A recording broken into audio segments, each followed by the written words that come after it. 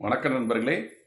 இன்றைக்கி நம்ம வீடியோவில் எதை பற்றி பார்க்க போகிறோம்னா, தமிழ்நாடு முதலமைச்சர் மாண்புமிகு திரு விஜய் அவர்கள் கரூரில் துயர சம்பவம் ஏற்பட்டுச்சுங்க. தமிழ்நாடே அதிர்ந்தது அந்த துயர சம்பவத்தை பார்த்து.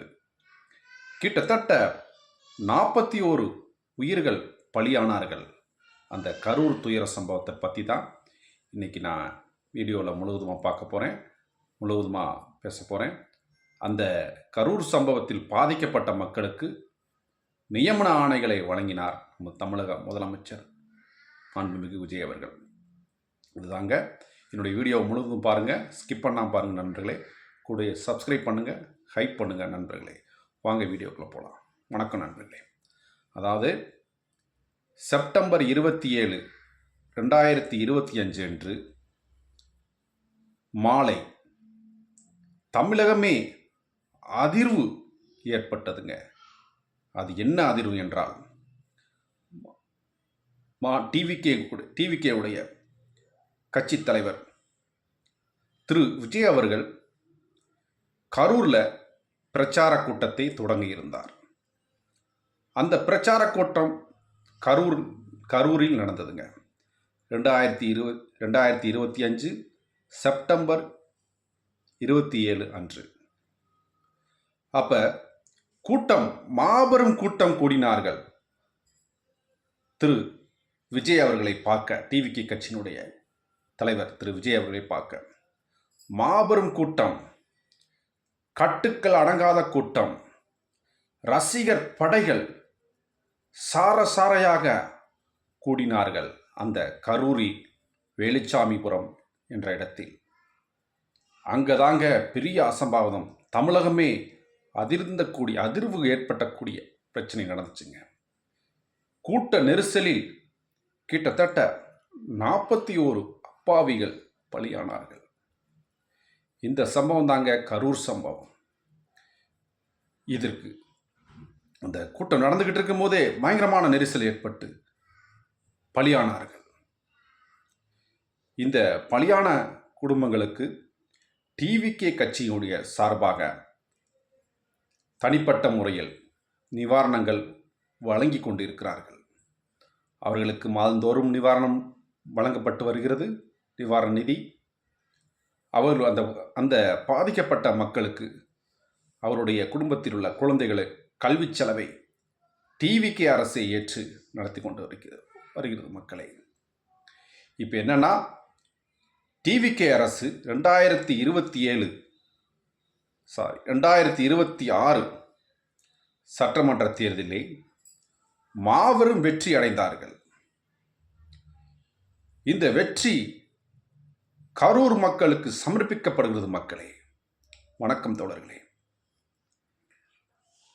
அப்ப இந்த பிரம்மாண்டமான வெற்றி அப்ப நம்ம தமிழ்நாடு முதலமைச்சர் மாண்புமிகு விஜய் அவர்கள் அறிவிச்சாரு, கரூர் மக்களுக்கு இந்த கரூர் துயர சம்பவத்தில் நான் வெகுவாக பாதிக்கப்பட்டேன், கண்ணீர் சிந்தினேன். என் உற்ற சகோதரர்களை என் தங்கச்சி அக்கா பிள்ளைகளை இழந்த வேதனையை நான் அடைந்தேன், கதறினார் தமிழ்நாடு முதலமைச்சர் விஜய் அவர்கள். அப்ப இதுக்காகத்தாங்க அவங்களுக்கு நல்லது பண்ணணும் அப்படிங்கிற பொருட்டு தான் கடந்த 10 நாளைக்கு முன்னாடி தமிழ்நாடு முதலமைச்சர் மாண்புமிகு விஜய் அவர்கள் அந்த கரூர் சம்பவத்திலே பரிதாபமாக அந்த இறந்த மக்களுடைய ஒவ்வொரு குடும்பத்திற்கும் தலா அரசு வேலை என்று அறிவித்தார் மாண்புமிகு முதலமைச்சர் அவர்கள். அது நல்ல விஷயம்தான். ஆனால் எதிர்க்கட்சிகளோ இந்த வழக்கு விசாரணையில் இருக்கும்போது கண்டிப்பாக தமிழ்நாடு முதலமைச்சர் அவர்கள் அந்த பாதிக்கப்பட்ட குடும்பங்களுக்கு நிவாரணம் அளிக்கக்கூடாது, அரசு பணி நியமனங்கள் வழங்கக்கூடாது, ஏன் கரூருக்கே செல்லக்கூடாது அப்படி என்று சதி வலைகள் பின்னப்பட்டது. சுப்ரீம் கோர்ட்டில் உடனடியாக வழக்கு தொடர்ந்தார்கள் இடையீட்டு மனுவாக. அது அவசர வழக்காகவும் விசாரணைக்கு வந்தது. அப்ப தமிழகமே உற்று நோக்கி கொண்டிருந்தது மக்களே. முதலமைச்சர் மாண்புமிகு விஜய் அவர்கள் கரூர் செல்வாரா? பாதிக்கப்பட்ட மக்களுக்கு நிவாரணம் அளிப்பாரா? நிவாரணமாக பாதிக்கப்பட்ட குடும்பங்களில் உள்ள ஒவ்வொருவருக்கும் தலா ஒருவருக்கு அரசு பணி நியமனங்கள் வழங்குறதாக இருந்துச்சு. இது நடக்குமா என்று தமிழகமே உற்று நோக்கி கொண்டிருந்தது மக்களே. அதிரடியாக உச்ச நீதிமன்றம் தலையிட்டு எதிர்க்கட்சிகளை தும்சம் செய்தது சுப்ரீம் கோர்ட். உங்களுடைய வாதம் என்ன? தமிழ்நாடு முதலமைச்சர் அவர்கள் அந்த வழக்கில் எஃப்ஐஆர்ல அவர் பேர் கிடையாது. எப்படி நீங்கள் அவர் கரூர் போகக்கூடாது, பேசக்கூடாது, நிவாரணம் அளிக்கக்கூடாது, எப்படி நீங்கள் சொல்ல முடிய போச்சு? அப்போ நீங்கள் கருத்துரிமைக்கு தடை வாங்க வந்திருக்கீங்களா அப்படின்னு கேள்வி எழுப்பினார் உச்சநீதிமன்ற நீதிபதிகள். அப்போ திமுக அரசு தொடர்ந்த வழக்கு தானாகவே தள்ளுபடியானதுங்க. உச்சநீதிமன்றம் அந்த மனுவை தள்ளுபடி செய்தார்கள். டிவிகே அரசுக்கு வெற்றி கிடைத்தது. முதலமைச்சர் அவர்கள் கரூருக்கு சென்று மக்களுக்கு நிவாரணங்கள் வழங்கலாம். அவர் முதல் தகவல் அறிக்கையிலேயே அவர் பேர் இடம்பெறல. அப்புறம் எப்படி அவர் அங்கே சென்றால் சாட்சியங்கள் கலைக்கப்படும் அப்படி சொல்கிறீங்களே, இது எந்த விதத்தில் நியாயம் அப்படி என்று கேள்வி எழுப்பினார் உச்சநீதிமன்ற நீதிபதி அவர்கள். அப்போ வெற்றிகரமாக டிவிகே அரசுக்கு சாதகமான தீர்ப்பு வந்துச்சு. மக்கள் அனைவரும் சந்தோஷம் அடைஞ்சாங்க.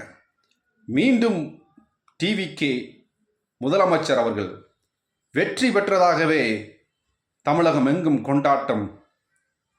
கொண்டாட்டம் நடந்தது மக்களே. அதே மாதிரி ஜூலை 10 திட்டமிட்டபடி தமிழக முதலமைச்சர் மாண்புமிகு விஜய் அவர்கள் கரூர் சென்றார். கரூரே ஆரவாரம் செய்தது. கரூரே அதிர்ந்தது. மக்கள் வெள்ளத்தில் மிதந்தார். அந்த துயர சம்பவம் நடந்து முடிந்து பிறகு முதலமைச்சராகவே அந்த இடத்துக்கு போனாருங்க.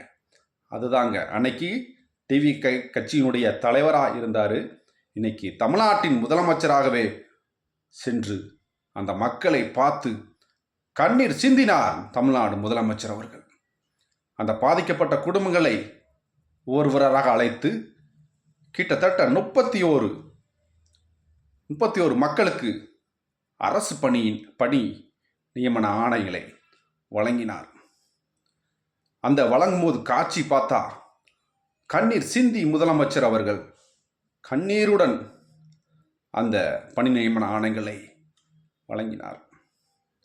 அப்ப என்ன பாருங்க, அந்த காட்சிகளை பார்க்கும்போது தமிழ்நாட்டில் உள்ள ஒவ்வொரு மக்களும் கண்ணீருடன் அந்த சுகமுடன் அந்த காட்சிகளை பார்த்தார்கள். கிட்டத்தட்ட 31 பேருக்கு பணி நியமனங்கள் வழங்கப்பட்டது. அரசு நிவாரணங்களும் வழங்கப்பட்டது. அந்த விழா சிறப்பாக நடந்தது மக்களே. கரூர் சம்பவத்தில் பாதிக்கப்பட்ட மக்களுக்கு உரிய நிவாரணங்களை தமிழ்நாடு முதலமைச்சர் அவர்கள் வழங்கினார் மக்களே. கிட்டத்தட்ட 41 குடும்பங்களுக்கு நிவாரணங்களை வழங்கினார். இந்த அரசு உங்களுக்கு எப்பயும் துணையாக இருக்கும். இந்த கரூர் மக்களுக்கு எப்பொழுதும் துணையாக இருக்கும் அப்படின்னு சபதம் எடுத்தார் தமிழ்நாடு முதலமைச்சர் மாண்புமிகு விஜய் அவர்கள்.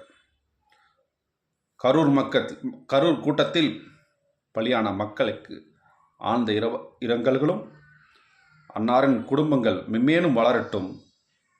தமிழ்நாடு முதலமைச்சரின் வழிகாட்டுதல் படி பணி நியமனங்கள் வழங்கியிருக்கிறாரு. வாழ்த்துக்கள். வெல்லட்டும் தமிழ்நாடு. என்னுடைய வீடியோவை முழுவதுமாக பார்த்ததுக்கு மிக்க நன்றி நண்பர்களே.